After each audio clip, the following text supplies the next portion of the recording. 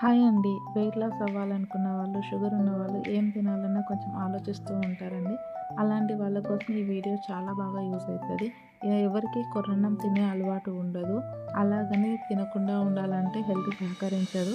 అట్లాంటి వాళ్ళకి ఈ వీడియో చాలా బాగా యూజ్ అవుతదండి. నేను ఇక్కడ 2 గ్లాసుల జొన్నలు, 1 గ్లాసు కొర్రలు తీసుకున్నాను.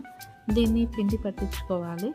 తర్వాత 2 కప్పుల పిండికి 1 కప్పు హాట్ వాటర్ తీసుకొని పైన పోసేసి అలా మూత పెట్టేయండి. పిండి మగ్గి కొంచెం సాఫ్ట్ టెక్స్చర్ వస్తుందండి. ఆ తర్వాత పిండిని ఇలా ముద్దలా కలుపుకొని మీరైతే ఎంతైతే రొట్టె కట్టగలుగుతారో అంత పిండి ముద్దను తీసుకొని బాగా ఒత్తుకొని రొట్టె కట్టుకొని పెనం మీద వేసుకొని కొంచెం తడి చేసుకొని అటు ఇటు తిప్పుకొని బాగా కాల్చుకొని ఇది ఏ వెజిటేబుల్లోకైనా ఏ ఆకుకూరల్లోకైనా బాగా యూజ్ అవుతుందండి.